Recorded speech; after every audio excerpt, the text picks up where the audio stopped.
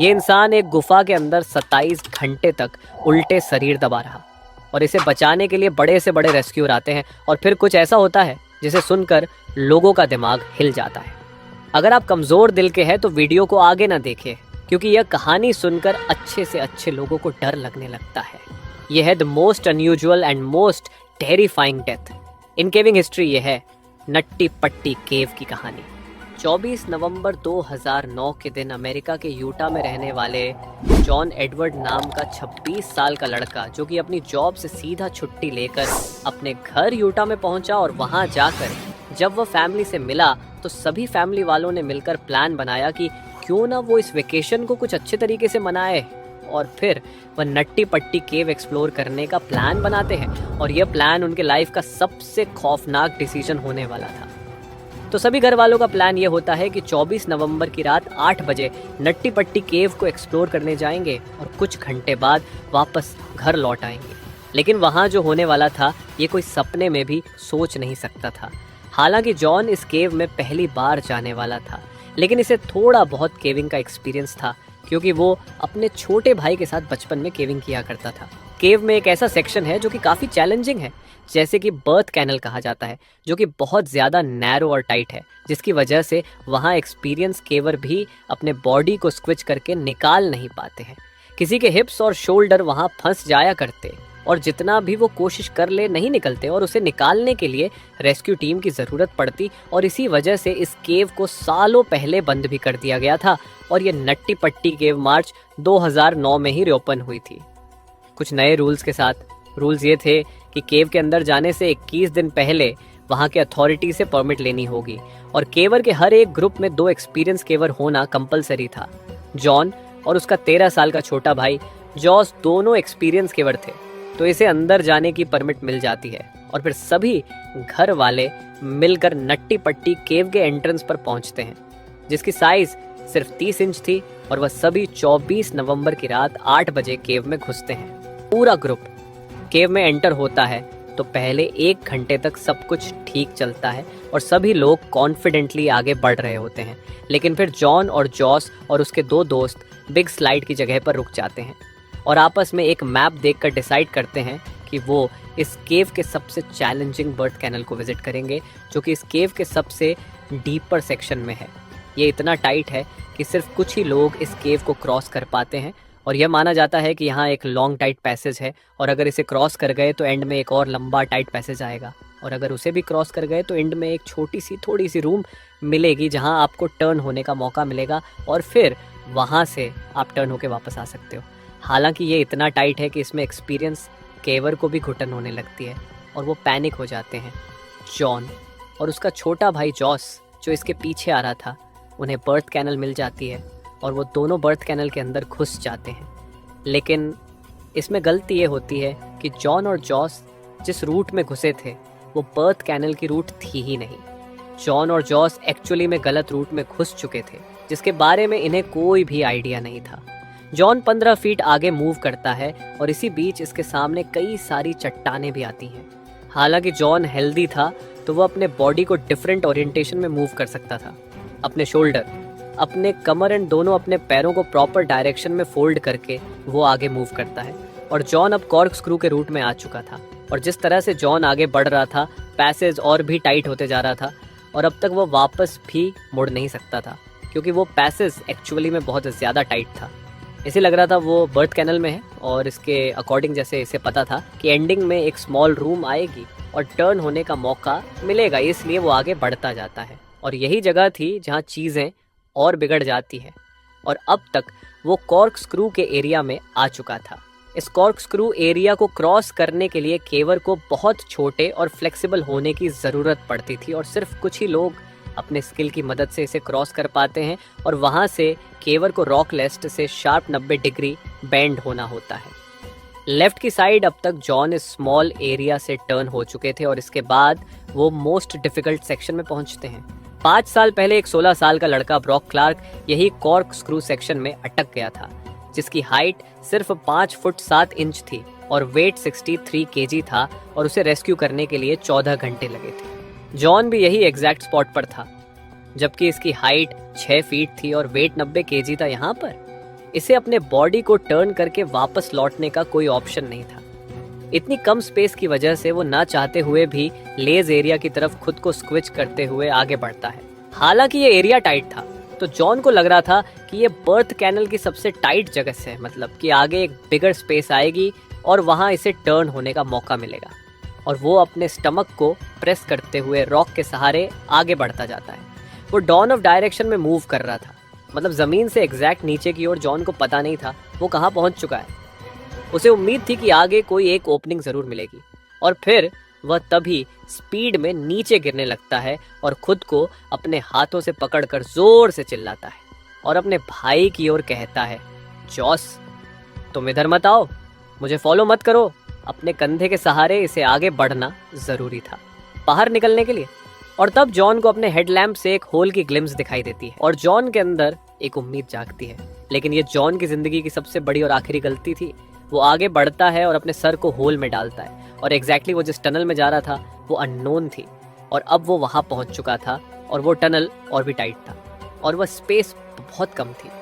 और जैसा कि उसने सोचा था कि आगे ओपनिंग मिलेगी, लेकिन आगे रास्ता बंद था। ये पूरे केव के पैसेज की एंडिंग थी। इस जगह की स्पेस 18x1 इंच थी, मतलब कि एक लैपटॉप स्क्रीन जितनी। वो कम्प्लीटली अपसाइड डाउन पोजीशन में था, मतलब कि सर नीचे और पैर ऊपर और करीब 70 डिग्री एंगल में मुड़ा हुआ भी था। वो खुद को ऊपर पुश करने की कोशिश करता है, but this whole was exhausting. इसके एक हाथ यूजलेस पोजीशन में फंसे हुए थे और दूसरा हाथ इसके चेस्ट की ओर मुड़ा हुआ था। वो दीवार के सहारे खुद को पुश करने की कोशिश करता है, लेकिन इसे जल्दी रियलाइज हो जाता है कि इसके सारे मेहनत के बावजूद भी वो मूव नहीं कर सकता, और इसके पैर भी होल के सबसे स्मॉल साइड में फंसे हुए थे। वो जॉस को दोबारा चिल्लाता है, जबकि जॉस इसके पीछे ही था कॉर्क स्क्रू पाथ पर। लेकिन वो अपने भाई की तरह इस एरिया से क्रॉस नहीं करता, बल्कि वो अपने फीट को आगे करता है और फिर अपने सर को पीछे रखता है ताकि वो आगे से आसानी से रिटर्न हो सके। इसे जॉन की आवाज़ कंटिन्यू सुनाई दे रही थी, और फाइनली पहुंचता है वो उस जगह पर जहां वो देखता है कि जॉन एक होल में घुसा है और होल ने इसे पूरा निगल लिया है और उसकी सिर्फ 2 पैर ही दिख पा रही है। वो जॉन के दोनों पैरों को अपने पैरों से पकड़कर खींचने की कोशिश करता है, लेकिन जॉन थोड़ा सा ऊपर आता और फिर ग्रिप छूट जाती और जॉन फिर वापस इनिशियल पोजीशन पर चला जाता है। और बार बार ऐसा करने से कुछ नहीं हो पा रहा था, और इस सिचुएशन में दोनों फ्रस्ट्रेट हो जाते हैं। और जॉस को ये बात समझ में आ चुकी थी कि यहाँ प्रोफेशनल रेस्क्यूअर की मदद लेनी होगी, और दोनों के बीच में ये डिसाइड होता है कि जॉस बाहर जाएगा मदद लाने के लिए, और जॉन यहाँ अपनी पूरी कोशिश करेगा रिलैक्स रहने की और धीरे धीरे सांस लेने की, क्योंकि यहाँ ऑक्सीजन की बहुत ज़्यादा कमी थी। खैर, जॉस केव से बाहर आता है और सभी को इसकी जानकारी देता है और रेस्क्यू टीम को बुलाया जाता है। यहाँ पर सबसे बड़ी प्रॉब्लम ये थी कि जॉन अब साइड डाउन पोजीशन में था, और रेस्क्यू डॉक्टर का मानना है कि अपसाइड डाउन पोजीशन में रहने की वजह से वो सिर्फ 8 घंटे तक ही जिंदा रह सकता है, और फिर उसके बाद सारी ऑर्गन्स फेल होना शुरू हो जाएगी और इसे कार्डियक अरेस्ट आ सकता है। जॉन के रेस्क्यू के लिए सबसे पहले एक फीमेल रेस्क्यूअर अंदर जाती है जिसका नाम था सूसी, और वो अपने पैरों में रस्सी बांधकर अंदर घुसती है ताकि वह अंदर जाकर अटक ना जाए। इसकी हाइट सिर्फ 5.3 फीट थी, जिससे सुशी को कॉर्क स्क्रू एरिया से क्रॉस करने में बहुत आसानी हो जाती है, और रात को 12:30 बजे जॉन से मिलती है। और अब तक जॉन को वहां फंसे हुए 9 घंटे हो चुके थे। फिर सुशी और उनकी यह बातचीत होती है। Hi John, my name is Sushi, how it's going? Hi Sushi, thank you for coming, but I really want to get out. Oh no worry John, you are going to pee out off here. John को ये professional help देखकर लग रहा था कि वह तुरंत यहाँ से निकल जाएगा, लेकिन वह गलत था। सूसी ये देखकर समझ चुकी थी कि ये सिचुएशन जितनी बुरी दिख रही है ये उससे ज्यादा बुरी है। सूसी रस्सी से जॉन के पैरों को बांधती है और खींचने की कोशिश करती है, लेकिन रोप में फ्रिक्शन बहुत ज्यादा थी जिससे वो इफेक्टिवली रस्सी को खींच नहीं पाती। सूसी सब कुछ कोशिश करती है जितना वो कर सकती थी, लेकिन वो भी 2 घंटों में फ्रस्ट्रेट हो जाती है और उसे भी यहाँ से बाहर जाना पड़ता है। बाहर सभी रेस्क्यूअर मिलकर जॉन को बाहर निकालने के लिए एक प्लान बनाते हैं। डिसीजन ये लिया जाता है कि वहाँ एक पुलिस सिस्टम इंस्टॉल किया जाएगा और एक मशीन से उसे खींचा जाएगा, क्योंकि 5 साल पहले ब्रॉक क्लार्क भी कॉर्क स्क्रू एरिया में अटक गया था, तो तो उसे पुलिस सिस्टम से ही निकाला गया था।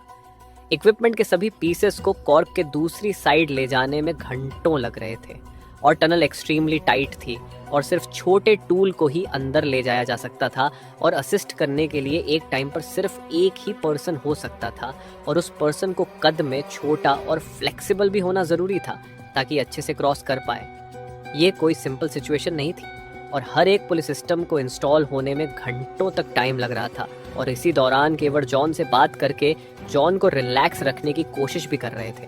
जॉन को वहां अटके हुए अब तक 12 घंटे हो चुके थे और वो अपनी पूरी रात अपसाइड डाउन पोजीशन में रखकर गुजारता है और साथ ही एक बॉडी की अपनी एक फिजिकल लिमिटेशन होती है ऐसे पोजीशन में रहने के लिए, और वो उस लिमिटेशन को भी पार कर चुका था। उसका 90 किलो का शरीर ग्रेविटी के प्रेशर से लड़ रहा था, उसके ब्लड सर्कुलेशन में गड़बड़ी होने लगी थी और धीरे धीरे इसके सांसें रुक रही थी। पूरी रात यहाँ बिताने की वजह से ये काम एग्रेसिव हो रहा था। इसके लेग्स काम करना बंद हो गए थे। रेस्क्यूअर और जॉन के फैमिली के लिए जॉन को ऐसी हालत में देखना बहुत ही दर्दनाक था, लेकिन वो भी हेल्पलेस थे और ड्रिल करते हुए रेस्क्यूअर भी एग्जॉस्ट हो रहे थे। रेस्क्यूअर को पता था कि जब वो चाहे यहाँ से बाहर निकल सकते हैं, लेकिन यही चीज़ जॉन की किस्मत में नहीं थी। वह परेशान था और अपने चेस्ट को एक्सपांड करने की कोशिश कर रहा था जिससे वह सांस ले सके, और वहाँ हवा में ऑक्सीजन का कंसंट्रेशन भी कम हो रहा था। और अब इतना टाइम बीतने के बाद जॉन के पास एक वाइड टेलीकॉम सिस्टम लगाया जाता है और दूसरी साइड से जॉन की वाइफ इमली उससे बात करती है और जॉन को इनकरेज करने की कोशिश करती है, और जॉन भी अपनी वाइफ को दिलासा देता है कि मैं यहाँ से जल्द बाहर निकलूंगा और सब कुछ ठीक हो जाएगा। अब तक शाम के 4 बज चुके थे और जॉन के यहाँ 18 घंटे पूरे हो चुके थे और अब पुलिस सिस्टम भी लग चुकी थी और मूव करने के लिए तैयार थी। एक रेस्क्यूअर जिसका नाम रियान था, वह केव में घुसता है और जॉन के पास पहुंचता है। रियान कहता है, how are you? John, it sucks, I am upside down, I can't believe, I am upside down, my legs are killing me. Ryan देखते हैं कि बॉडी ओपनिंग के सबसे नैरो साइड में फंसी है, तो वो सबसे पहले उसे ठीक करते हैं और फिर वो उसके पैरों को रस्सी से बांध कर खींचते हैं। लेकिन जॉन के पैरों को बहुत ज़्यादा दर्द हो रहा था। वो जब भी खींचता तो जॉन उसे रुकने को कहता क्योंकि इसके नर्व्स अब अल्ट्रा सेंसिटिव हो चुकी थी, और फिर वो दोनों कुछ टाइम के लिए रुक जाते हैं और फिर वह दोबारा कोशिश करते हैं। और अब तक ऐसा लग रहा था कि पुलिस सिस्टम अब काम कर रहा है। जॉन अब ऑलमोस्ट इतना ऊपर उठ गया था कि वो अब रियान को देख सकता था, उससे आई कांटेक्ट कर सकता था, और फिर रियान जॉन को पीने के लिए एनर्जी ड्रिंक देता है। इसी तरह अब तक 19 घंटे बीत चुके थे। ये चीज़ें बहुत स्लोली हो रही थी और इसमें काफ़ी एफर्ट भी लग रहे थे। हालांकि थोड़ी सफलता तो मिल रही थी, लेकिन अब भी उसे निकालना काफ़ी मुश्किल था। जॉन के पैर ऊपर के सीलिंग को हिट कर रहे थे और उस पैसेज में उसे अपने पैर को ट्विस्ट करना इम्पॉसिबल था। तो रियान फाइनली डिसाइड करता है कि वह इसके पैर को तोड़ देगा, और यही बीच यहाँ पर एक ऐसी अनइमेजिनेबल चीज़ होती है जिसके बारे में कोई सोच भी नहीं सकता था। पूरी सिस्टम फेल हो चुकी थी।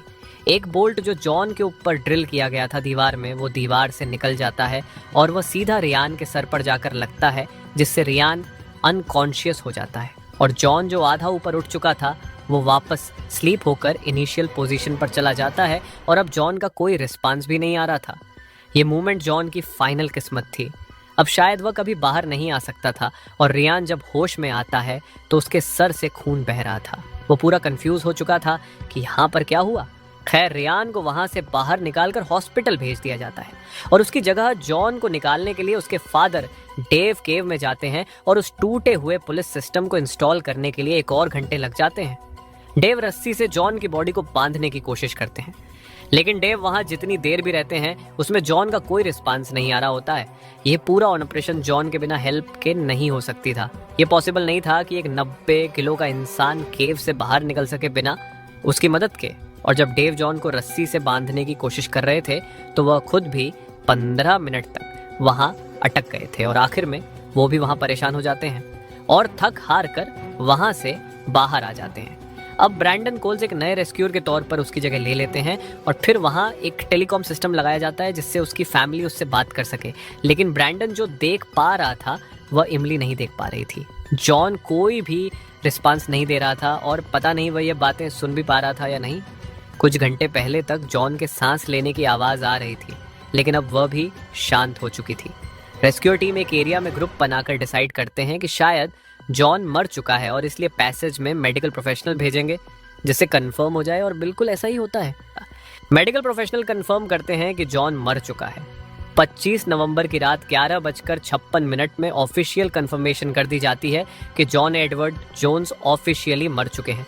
120 रेस्क्यूअर ने बैक टू बैक 27 घंटे कोशिश करी जॉन को बाहर निकालने के लिए, लेकिन जॉन के अपसाइड डाउन पोजीशन होने की वजह से ये इम्पॉसिबल था।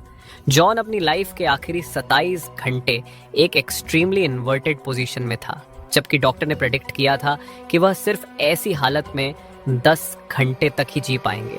ये वाकई काबिले तारीफ है। जो भी रेस्क्यूअर अंदर जॉन तक गए वो सच में एक हीरो थे। वो जानबूझकर ऐसे जगहों पर मदद करने गए जिसके बारे में उन्हें खुद नहीं पता था वो कितना रिस्की है।